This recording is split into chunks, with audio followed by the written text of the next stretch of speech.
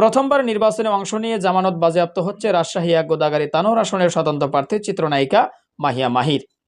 রোববার ৭ জানুয়ারি ভোট গ্রহণ শেষে দ্বাদশ জাতীয় সংসদ নির্বাচনে বেসরকারি ফলাফল ঘোষণা করেন রিটার্নিং কর্মকর্তা ও চাঁপাইনবাবগঞ্জ জেলা প্রশাসক AK-M গালিব খান।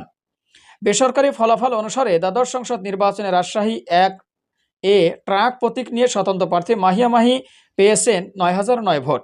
ওই আসনে ১,০৩,৫৯২ ভোট পেয়ে বেসরকারিভাবে নির্বাচিত হয়েছেন নৌকার প্রার্থী ওমর ফারুক চৌধুরী।